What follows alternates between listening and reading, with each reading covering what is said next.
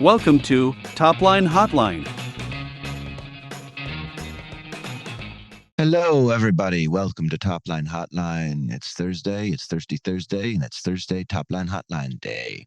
You know Topline Hotline. It's that short segment where the listeners of Topline get to participate in the content creation that is near and dear to your heart. Your hosts, Asad, CEO of Sales Talent Agency, AJ Bruno, CEO of Quotapath, and me, Sam Jacob, CEO of Pavilion, answer your burning desires, needs, and inquiries as they relate to go-to-market in a year of changing volatility and constant economic anxiety. I don't know why I love these openings so much. It kills me each time. It's been every episode. Okay. Thank you. All right, Here's a question. So again, from the depths of the Pavilion Slack, we have a question, which is, what are others considering as a minimum price increase for 2024? And how would that vary by contract term, i.e. X increase for 1 year renewal, Y increase for 2 years, etc. We've seen 5% for 1 year, 4% for 2 years, and 3% for a 3-year contract with annual escalators in the past, but are rethinking the increase in light of inflation. I hope this helps others for budgeting and planning purposes. AJ, you have some thoughts on this? I have two thoughts.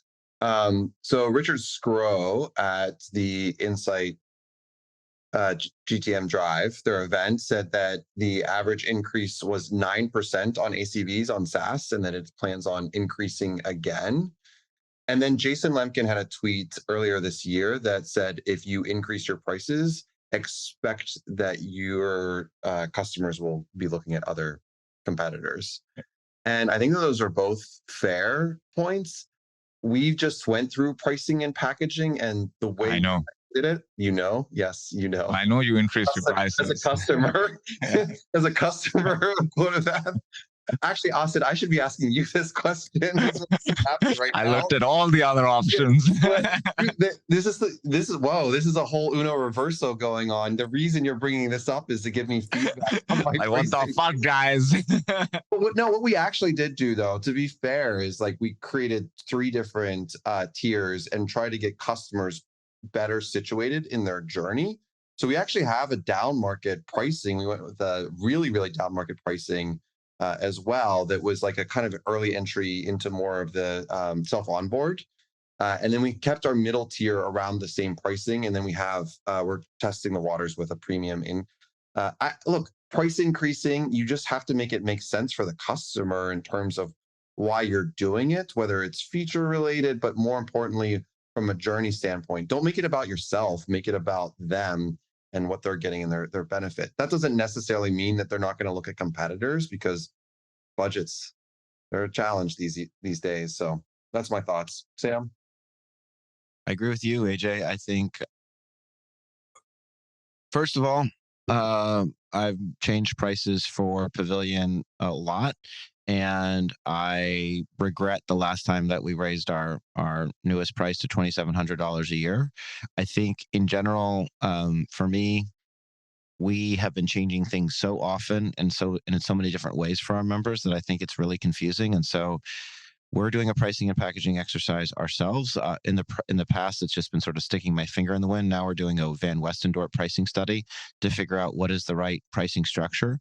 My instinct is that instead of raising prices, we're probably going to be exactly to what you said, AJ, repackaging and reframing the value proposition, but anchoring around a lower price, and then increasing the price of essentially what would be the highest tier or the premium experience, which is effectively what the CEOs pay, although none of you will have your prices go up. But I also think that there's different ways to get to an ACV that you might want that can include services and implementation. And I think I've seen a lot of companies talking about, the answer to the question isn't, people don't want your product; they want a solution to their problem. And if this and they are not quite as price sensitive about the quote unquote price of your product. What they are sensitive about is the thing not doing what it says it's supposed to do, or being a pain in the ass to implement. And so one of the ways, if you're trying to push for a quote unquote price increase, I think, is to try and bundle more services where you're layering in people and humans that can help you get to the right outcome. That's fundamentally what I think. But I guess I would say, listen, Salesforce is raising our price 9%. They can do that because they've got us by, the testicles. And I think you got to be really, really certain of your position in the market, because I'm certainly not raising prices for my core products right now. We talked last week about forecasting and about how can you forecast the year. I'm really trying to just get down to like, can I keep things a little bit the same for a little while and just make improvements so that I can see improvements in NPS and retention before I start futzing with the price again? That's kind of where I'm at. If you're a vitamin and not a painkiller, I would be very cautious here. I think, Sam, you killed it with that, because if you have to look at yourself as a business and see how much leverage do you have in the equation, and your churn numbers are an indication of how much leverage you have. So if you don't have a lot of leverage, don't create more headaches for yourself and just wait a bit. Like maybe the market gets better and you can then increase prices. Like we all feel like we have to increase prices at this one point in the year. And that might be one of those conventional things that we don't have to always do anymore. So think differently about it. If you feel you have leverage, then yes, you can go and try to increase it. But anytime I receive an email about a price increase, other than for QuotaPath and for Pavilion, who I love you guys, so I won't do the same thing here. And you I never tell my received that team, from us? I tell my team to go and look at what the alternative options are. Like I definitely do.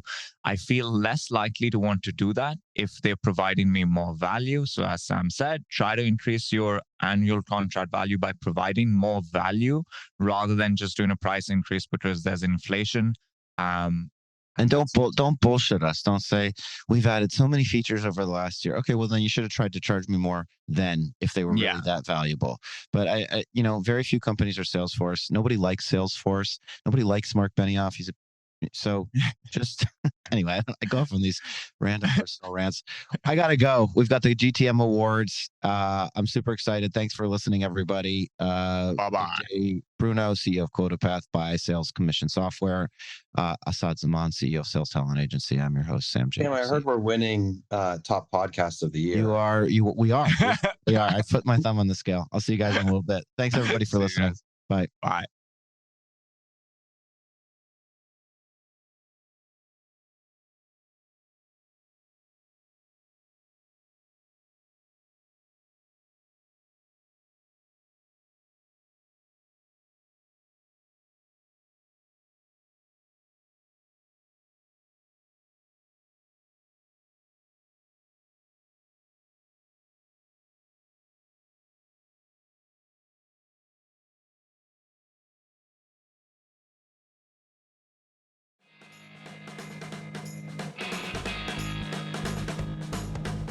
Thanks for listening to Topline Hotline.